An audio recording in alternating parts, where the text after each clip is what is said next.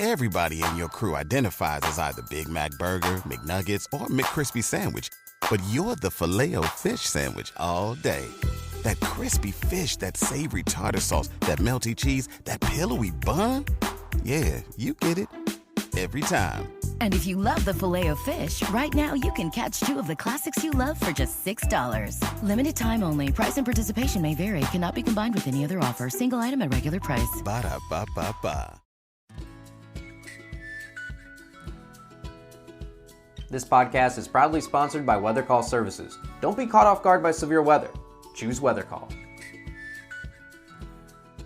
Hello, everyone. I'm meteorologist Sean Sublett, and welcome to Across the Sky, our national Lee Enterprises weather podcast.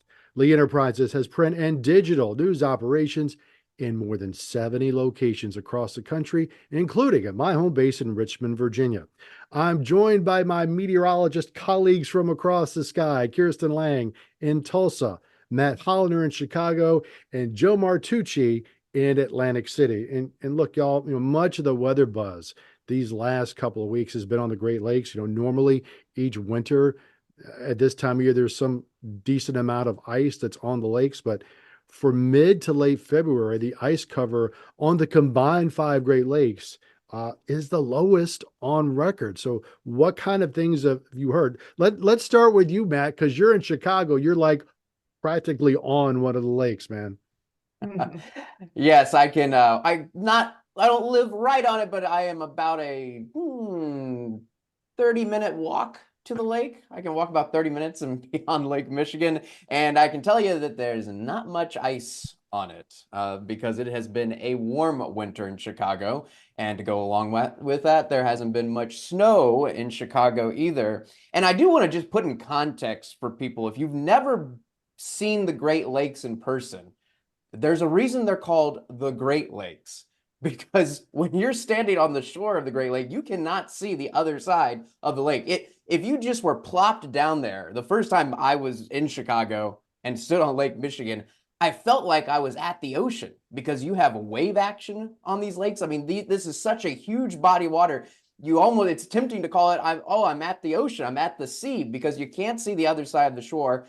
This is very deep water that we're talking about. I mean, the lakes, they're varying depths on the various Great Lakes, but it's deep. I mean, and lots of boating activity. I mean, it is, and there are beaches in Chicago. Now, they're not being used right now in the winter, but in the summer, big activity going to the beach. It's a lake beach, but it's a beach with sand in Chicago. So I always encourage people to just go ahead and check out these lakes when you have a chance, because they are super impressive, but also have a big economic impact in the area. So when you're talking about seeing less ice in the lakes and record low levels, it has having an impact on the area. And that's what we get into this podcast with Brian about. So I've never, I don't think I've ever been to the Great Lakes before. I've flown over it a couple of times going to Chicago. But I know it's been, obviously we know it's been super low. I used to do some work covering Michigan back in the day before I was here at the Presser Atlantic City. And I used to always keep them look at what the Great Lakes ice cover was. Day by day. I was actually working at the time where it got to 92% total coverage for all the lakes in 2014. So to see the opposite here and see records is just quite astounding. But the Great Lakes is something too that how the ice is or isn't impacts not only the Great Lakes states, but does get into the Northeast and the Mid-Atlantic. Even here in New Jersey, we sometimes get those lake effect snow streamers that make its way a couple hundred miles and sneaks into the region. So it's something, if you're in the Northeast or Mid-Atlantic, you'd think of. Of course, though, you're not in it like you are where Matt is in Chicago. If you're in Cleveland or Detroit, Chicago and Detroit made me think of pizza, and I don't know, it's a little different. Detroit style, Chicago style pizza, what I'm used to. I have had deep dish pizza, Matt, around the Great Lakes. It wasn't bad. It's just not the same. It's good. It's just different. You just have to be in the mood for deep dish pizza or not. If you're in the mood for it, it's great. If you're not in the mood for it, you just want a regular pizza, you can get that in Chicago too. It's not just deep dish, but it's different, but equally good. Save us from this nonsense, Kirsten. Somehow our conversation got turned to pizza, which isn't a bad thing. I mean, it is noon. We're recording around that lunch hour, so I get it. I get it, guys. We're all hungry.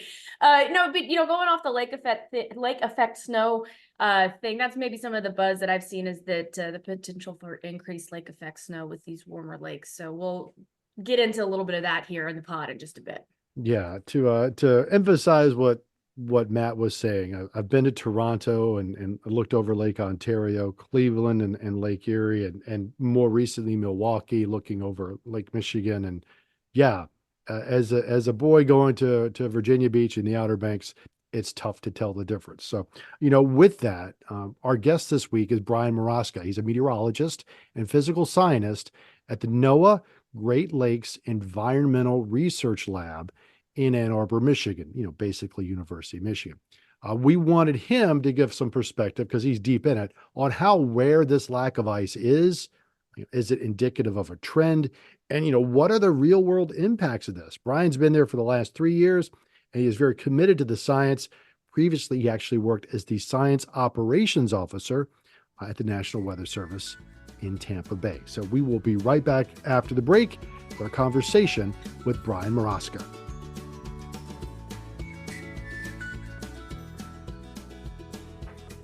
Hey, Brian, so before we get into the specifics on the Great Lakes ice and what we are seeing this year, can you explain to people what the Great Lakes Environmental Research Lab does? Now, that is a NOAA lab, correct? Yes, it is. And I will try my best to explain it since we do a lot of stuff there. Basically, NOAA has labs all across the country that do different aspects of the work NOAA does, from severe storms. And in Oklahoma, the Pacific Marine Laboratory does tsunamis, and they're located up in the Pacific Northwest. The Great Lakes Environmental Research Laboratory does exactly what our name says. We research the Great Lakes from all aspects: atmospheric, hydrodynamic, biological, you name it. If it has to do with the Great Lakes ecosystem and environment, we have scientists studying the impacts of climate change, oil spills, you name it, we're doing it. How big, before Joe jumps in next, about how big is the staff there?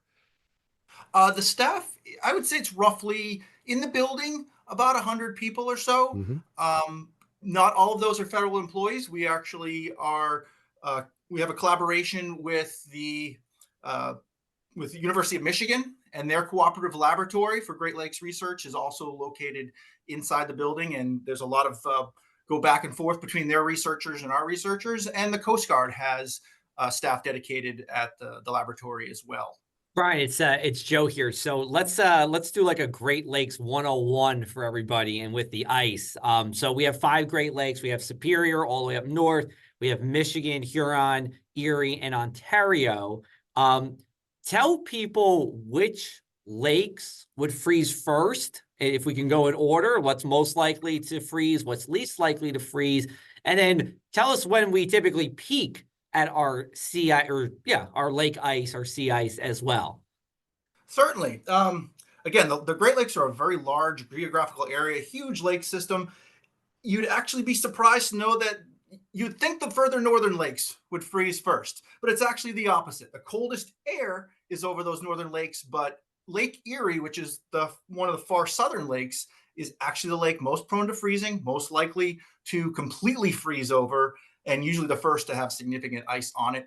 And that's due to its depth. It's by far the shallowest lake as well. And when it comes to Great Lakes, the deeper the lake, the harder it is to freeze over. Right. So Erie, and that's the one that goes, from Buffalo all the way to Cleveland, Toledo here. And it was, you bring a good point, Superior, which is the furthest north. Is that usually the least frozen over? Where does that rank out of the 5 Great Lakes typically? Because is that the deepest one, Superior? Lake Superior is the deepest. It has the deepest point. Obviously, If you rank the Great Lakes, you take all the other Great Lakes and add them together, they still don't equal the water content of Lake Superior. So that's kind of puts it in a reference of how big and how deep that lake is. The second deepest lake is Lake Ontario, which is actually one of the smallest in aerial size, but has a tremendous amount of water.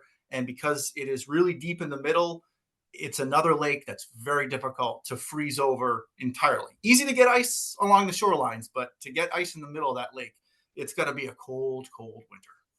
And so, Brian, what caught our attention was in mid-February when you sent out the press release saying that you had currently in mid-February measured a record low amount of ice on the lakes. So can you give us an update on where we are now? Are we still at a record low level, or has anything changed there? We are flirting with record low levels for the date right now. Last week, all of last week, we were below record levels for all the lakes. Lake Erie and Ontario were actually ice-free for a time completely. For mid-February, that's really unusual. Had a little bit of an Arctic outbreak come down into the upper Midwest last weekend, couple of days of cold air temperatures, and we spiked up just a little, still well below average. But we did see a spike up on most of the lakes, and over the last 2 or 3 days, that spike has come back down, and we are essentially at record levels for the record low levels for most lakes for the date. And if the trend on the graphs continue into tomorrow, we're going to drop back into those record lows. And to be clear for everyone, we're recording this on February 22nd to put some context behind this, talking about the different weeks and weekends. And historically, we typically see the peak in ice coverage around this time of year, right? Late February into early March? Yep, it's the last week of February. Well, basically right today and through the first 7 days of March is when we see those average values of ice reach their peak. Which makes sense. We've been on a normal winter. We're building on that ice and those Arctic outbreaks coming down throughout the winter. And once we get into mid-March, we're starting to get into spring and things are harder to freeze. So this is the maximum, and wow, we're really anemic in terms of ice right now. Yeah, and I wanted to follow up on that. We know there's a lot of variance from year to year depending on what a particular winter is like. So can you speak to that level? I mean, when we say it's record low compared to a record high, give people a sense of how much variation there can be at max ice coverage during a winter, to kind of put that into perspective as to what we're seeing now, just how rare it is. Yeah. There's huge ranges. We can on what would have been considered a very low ice year in the past, we could see values right now of ice coverage in the teens, meaning 15% of the ice of the lakes are covered with ice, all the way up to the upper 90s.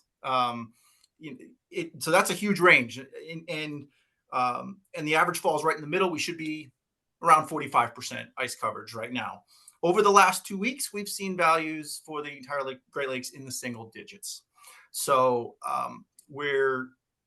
we do see very low ice years from time to time, but the low ice we've seen through a good portion of February has been below any other year's trajectory of ice, meaning if you take a graph and plot the ice for all these other years, we're below all those years for a good portion of the last 2 weeks. So the lowest ice we've ever seen in general for all the lakes for the middle and end of February. Got it. Joe, before I let you jump next, let me just ask Brian this real quick. We've got the data up and it goes back to 1973. So it's a good, 50 odd years of coverage. Do we know a lot about lake ice coverage before this? Because I'm guessing 73 is when we have good satellite coverage. Is that kind of the rationale for that start date? That's 100% correct. 1973 is the first time we really had a good eye in the sky to give us that look at the middle of the lakes. We have ice data, certainly, that goes back far before 1973. But in order to have what we consider reliable data for the entire lakes, we have good data about the shorelines. We know where it was frozen on the shorelines and in the rivers and things like that. But the middle of the lakes before the satellite age was kind of a mystery. There's generally not a lot of shipping activity going on in the Great Lakes in the middle of winter. So very sparse reports. And in order to do the kind of records that we're doing, where we're taking the percentage of the entire lake surface, 73 and on is when the data would be considered reliable and accurate. So Brian, so we have all this, we have this data. We know, we're in the single digits for ice coverage with percentage-wise across the Great Lakes.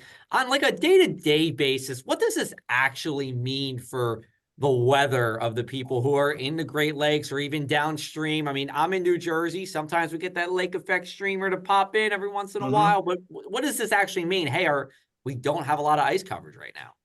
We don't. And there might be a tendency to believe, wow, the lakes don't have any ice on it. The lake effect snow machine must be cranking, late. Usually in the late winter, we start to see that shut down. The lakes are really cold and there's a lot of ice and it's not as efficient. And so maybe we'd be getting a lot of snow. We should be buried here in the lakes with the lakes. That's possible. It could happen if the lakes are wide open, but you still need the cold air to come down. And our outbreaks this year have been few and short. And so even this is not a year where we're seeing a lot of snow because of lack of ice. We're seeing the opposite. We're seeing a lack of ice and we're seeing a lack of snow. Our last week, I was looking at the ground snow maps, and Wisconsin, Michigan, all those states below the 45th parallel were snow free. And that's incredible. That's just that. And even north of 45th parallel up into the UP, where they're usually measuring it in feet, they had more snow, but they were way below average. And so it's just a very low snow year, regardless of the ice. So we're seeing warmer weather. People are noticing the warmer weather, less snow. They're noticing the less snow, and that's the impact we're seeing across the Great Lakes. So it's kind of like a positive feedback loop. You're saying because the ice is not there, it's helping keep temperatures a little bit milder as well, in conjunction with the fact that we're just not getting those cold air outbreaks. Is that fair to say? Yes, absolutely. And if we could get more cold air outbreaks, that a little bit more cold air, we'd probably be pumping out a good amount of snow off these lakes. But the average day here is above normal right now. If you look at the winter, we're getting a couple days per month that are below average in terms of temperature. I was looking at Chicago, for instance. They had 2 days in December that averaged out below normal, and they've had 2 days so far in February that average out below normal.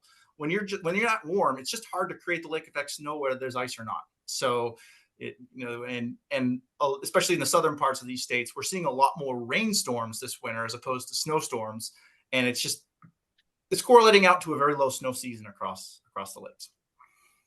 Yeah, I've definitely been talking about above normal temperatures a lot in the Midwest this winter. But I was last winter as well. So I want to talk about trends here. You talk about the year-to-year variability in the ice, but is this a trend that we're seeing more of are we seeing more and more of these low levels in the last decade tied in with global warming? And when did we see the highest amounts of ice in the lake, when we had the most coverage in general, a certain time frame, despite the year-to-year variability? Can we talk about the trends that we've seen since records started?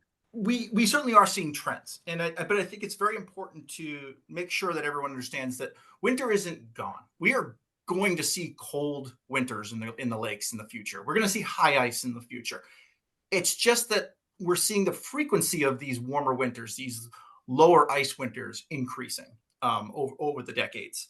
You can look back, 2014 and 2015 were both very cold winters, very high ice. 2019, another cold winter, high ice. All the other years surrounding that have been fairly low.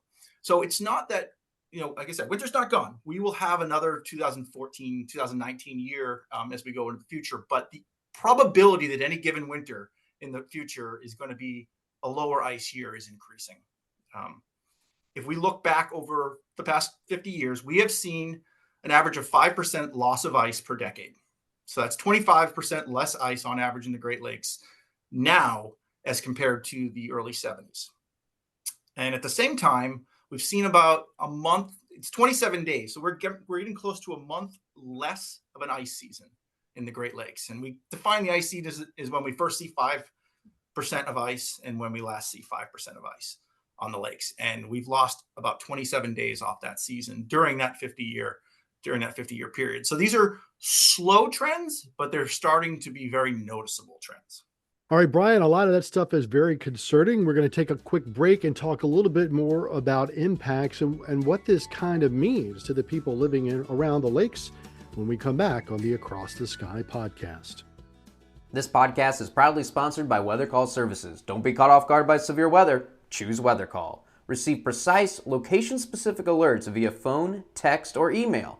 With over a decade of experience, Weather Call delivers pinpoint accuracy for your exact address, ensuring no surprises. Take charge and stay prepared when ominous skies loom. Explore the Weather Call difference today. Visit weathercallservices.com/Lee-Enterprises and safeguard yourself, your business, or any school that matters to you. That's weathercallservices.com/Lee-Enterprises. You can also find the link in our show notes. And welcome back to the Across the Sky podcast. I'm meteorologist Sean Sublett. Our guest this week is Brian Maraska at the Great Lakes Environmental Research Lab. The buzz these last few weeks have been how low the ice coverage has been on the Great Lakes this year. We know there's a wide variation from year to year, but as you mentioned, Brian, earlier in the first segment, we are seeing more often than not these lower ice years. Statistically, we're kind of going in this direction. For people who live around the lakes, do they seem to notice it? How is this kind of impacting how people act during the winter on the lakes? What can you tell us?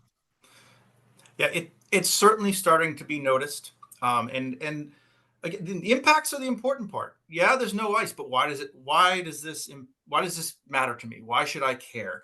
Is the important thing we really want to stress. I'm going to start with something that probably isn't thought about on a daily basis, and that's Great Lakes winter storms. We get the biggest storms, the biggest waves, the biggest pushes of water late fall and winter here in the lakes. The summers are actually, other than a few thunderstorms, fairly benign weather months. But as we get into the winter, we can have some humongous waves here on the lakes, 20 feet or more. And the ice, being a natural part of the environment in the Great Lakes, has worked to protect the shorelines from those large waves, the erosion, the pushes of water, the coastal infrastructure. When we don't have that shore-bound ice that is natural on the Great Lakes, or has been natural over the decades on the Great Lakes, that really opens up the susceptibility of the coastline to severe erosion, infrastructure damage, jetties, piers, even roads if the erosion is bad enough, and coastal flooding.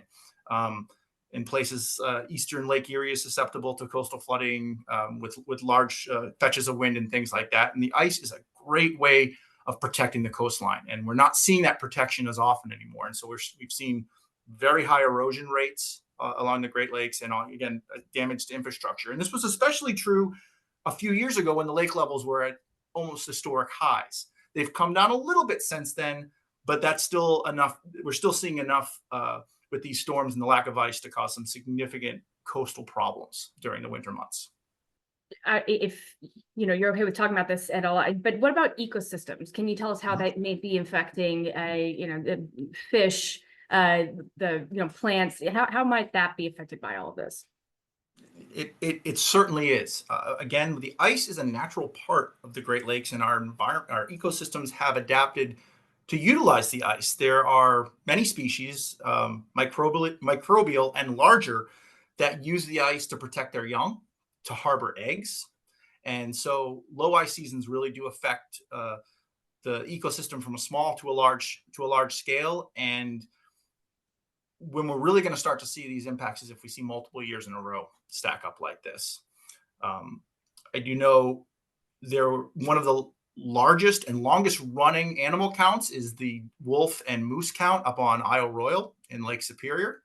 That had to be suspended this year because they do their counts by plane flying over the island. There's no foliage, so they're able to count they had to suspend that because there wasn't enough ice to land their planes. They usually land their ice-bound planes and stuff like that. So these are some of the research biological issues that low ice is having this year on the lakes, and will continue to have into the future if egg laying and young aren't as protected due to the lack of ice. And what about the economic impact of all of this? Because I imagine this has a big impact. The amount of ice on the lake has a big impact on the number of ships that are on the lake. So what kind of trends are we seeing there, and the impact that this record low ice will have on that? And that's a very important point, because it's not all gloom and doom with low ice. It's not all negative when it comes to the economy. The shipping industry is a huge economic driver in the Great Lakes, billions of dollars per year. Less ice is good for them. They can do their season later into the fall. They can start their season later in the spring. There's even ships out there now.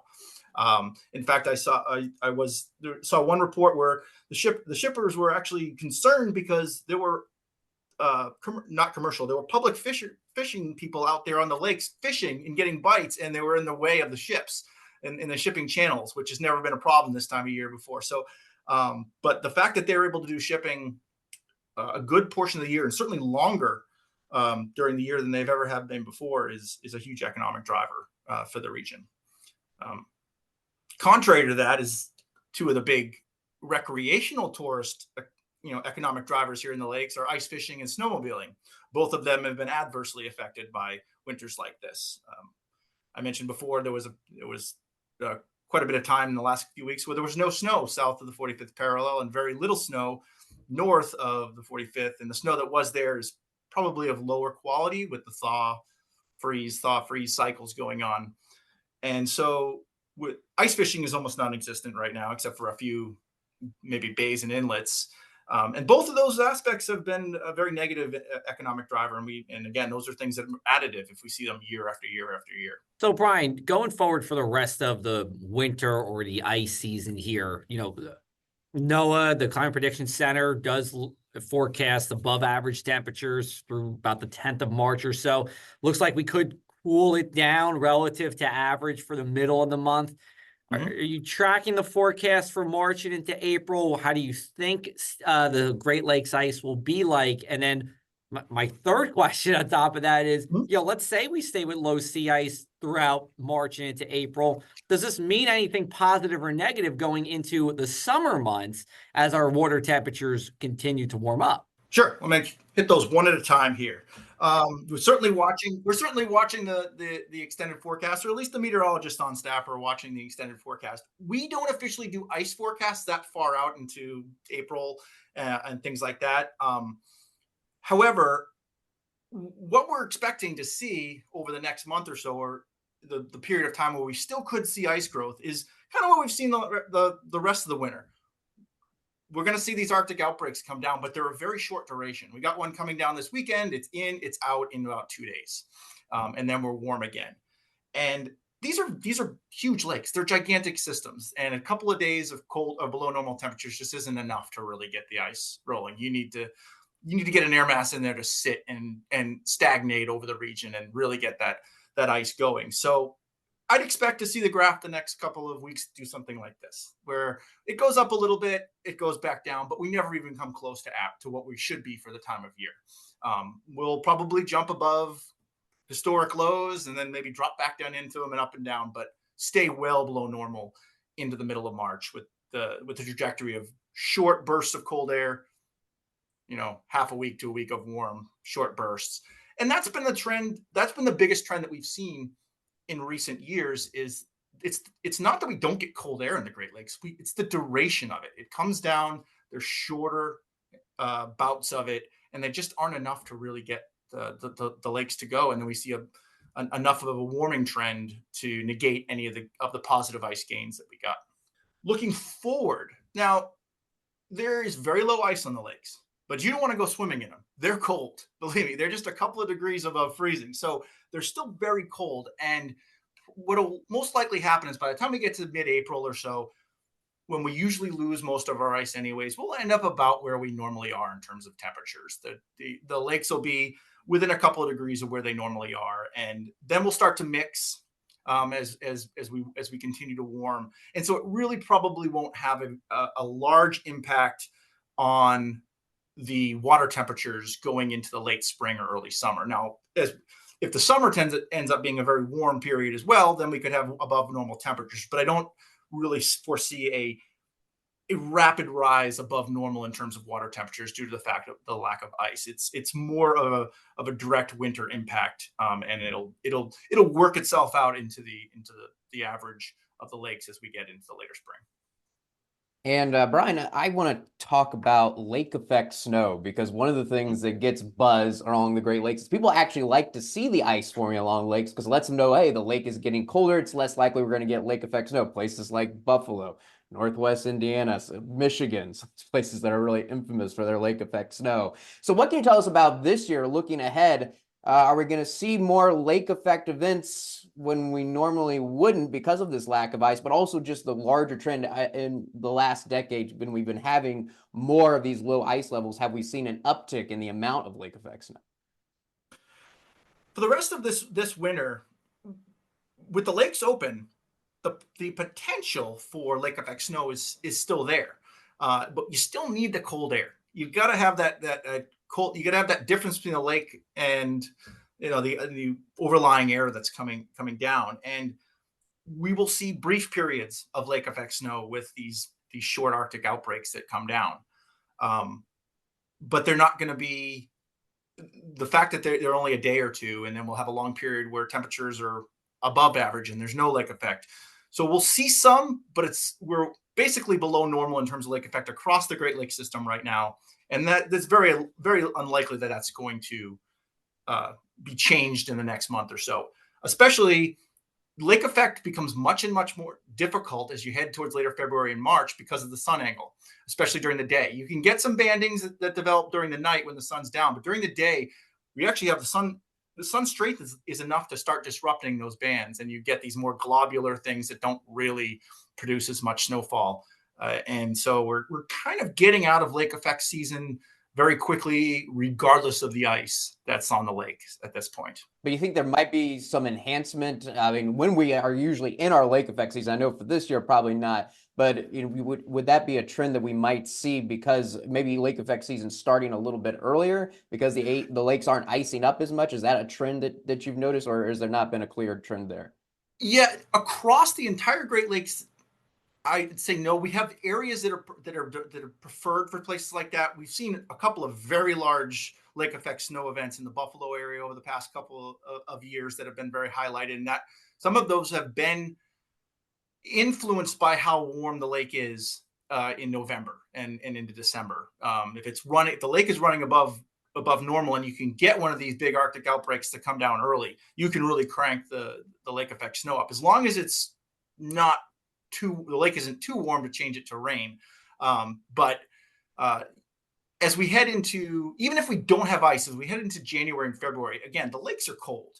They want to freeze. They're close to freezing. They're only a couple of degrees above freezing at the surface. So you don't really, unless you completely freeze them over, there's not going to be much of a difference in terms of the amount of lake effect that's coming off them. It really depends on the amount of cold air that's coming down.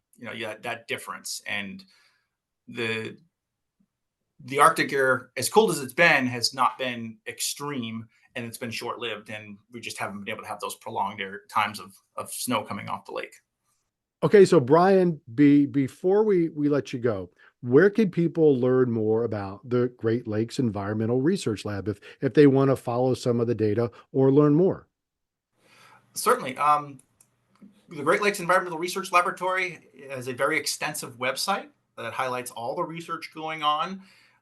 Ice is we have a website that's extensive on ice and the current conditions, historical ice cover, all the FAQs you could think of for Great Lakes ice are on there. And that's basically, you can go to glurl.noaa.gov and just search for ice, and it'll bring you there. And this is a site that's used by a lot of media for graphics and things like that. And if there's anything on there that is not answered, certainly dropping Glurl a line via the email and letting us know that there's some things you might like to know about it. We can do that research, and it's probably something that needs to be added to the page. So glurl.noaa.gov is your one-stop shop for Great Lakes research. And like I said, if it's important to the Great Lakes, there's probably somebody working on research into it right now, and their work will be highlighted on that page. All right, Brian, thanks so much. Appreciate the work that you do and all your colleagues are doing there in Arbor. Appreciate you taking the time to talk with us, and we hope to talk with you again sometime.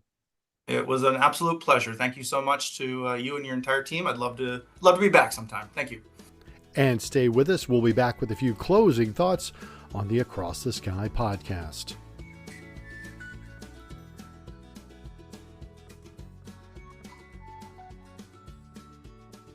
Man, Brian had so much good information. I mean, I felt like I knew a little bit about what's going on up there, but as we said at the outset, he's very deep into what's going on up there, no pun intended. What did you kind of take away from this, Matt, being there in Chicago? Well, I did think it was interesting him talking about the lake effect snow and how, again, this time of year, I mean, looking just like how the rest of this winter, early spring is going to play out, probably not a lot more lake effect snow because the lakes are cold, to be clear. And like this, I know just this next system that's going to be coming through, not really expecting a lot of lake effect snow with it because the lakes are colder than the land. And he made it very clear that you need that Arctic air. It needs to be really cold on land, and then the lakes need to be warmer. And the problem is we're just not seeing these really long-lasting Arctic outbreaks. It's not getting that cold over land either. And that's part of the reason why we're not seeing much ice on the lakes. But also just talking about the greater trend because of that, yes, there's a potential for, in that November, December timeframe when the lakes are just warmer in general, where you might get more lake effect snow. But because we may end up seeing it wasn't so much that the ice is really boosting those levels, maybe in certain incidents, but overall there's no clear trend and a huge increase in the amount of lake effect snow. So I thought it was good to clarify that because there has been some buzz about we're going to see a lot more lake effect snow, and really that's probably not going to be the case because we're just not going to see as many cold air outbreaks. And you need the cold air outbreak first to even be talking about lake effect snow. So the amount of ice on the Great Lakes maybe not having as big an impact on the amount of lake effect snow as we thought. Well, and I think the other thing too, just the other side of this coin that he was saying is that winter's not gone. I mean, as much as this is a trend upward of what we're seeing, it doesn't mean that we're never going to have, our ice anymore. So I think that's something too to, not to freak everybody out. That's something too to keep in mind is that, winter's not completely gone. And that we will, get these cold winters like we've had before, just not this year. Yeah, it's still, I mean, average temperatures for those Great Lakes cities, there's still plenty of time during the year where it's below freezing and well below freezing at that. Not happening as often, but it still happens. And the average days are still such where you are getting a season where ice is still, plentiful. Like we said, in 2013 and 2014, both of those years had sea ice above 90% at one point in time. And that was only about 10 years ago or so. Yeah, I think his point was very well taken. It's not like you're never going to have ice again, but as you look into the future, you're going to have more seasons like this season than you had in the past. These amount of low ice seasons are going to begin to accumulate. The cold, icy ones aren't going to entirely go away, but they will become more common. And another thing he was able to tell us, during one of the breaks is that now that the lakes are more ice free more often, they're actually able to go out and do more research on the lakes because they're not frozen. So to learn more about them. So, the impacts are multiple, all about what's going on with the Great Lakes. So a lot to be written, as we said, in the coming weeks and months. All right, with that, we want to close things up, but we do have a lot of good stuff in the pipeline over the coming weeks here on the Across the Sky podcast. Of course, spring is on the way. We know that meteorological spring starts first of March. We're going to have a couple of guests about that. We're hoping to get something about aviation weather, talking about what you need to know if you're flying commercially. Hurricane season isn't that far away, working on something there. And for a couple of weeks from now, we're going to have our buddy Tony Rice coming back to talk about the April 8th solar eclipse, the total solar eclipse, a nice stripe of totality through a good part of the country on April the 8th. Some reminders, some safety precautions, and we'll talk a little weather with that as well. This reminder, subscribe if you haven't already. Tell your friends about us. And rate us on Apple Podcasts if you can. We've seen a few people rate us, and we thank you for that. Joe, remind folks if they have a question, how do they contact us? Yes, sir. You can give us a call at 609-272-7099, 609-272-7099. We did get a voicemail last week, but I don't know what was said in the voicemail, to be honest with you. So if you left me a voicemail, or left us a voicemail, I should say, give us a call back. Maybe it just got broken up. I'm not sure, but give us a call. We're happy to answer your questions. We've done it in the past. We'll do it now. And we appreciate everybody listening. And by the way, Sean, you said the solar eclipse. A lot of those solar eclipse totality places on the Great Lakes. They are very much so. Very much so. Unfortunately, they can tend to be cloudy in early April, but every day is different. So we will see. All right, so we will close up shop for this week. For meteorologists Joe Martucci, Matt Holliner, and Kirsten Lang, I am Sean Sublett in Richmond, Virginia. Thank you for joining us on the Across the Sky podcast, and we will talk with you next week.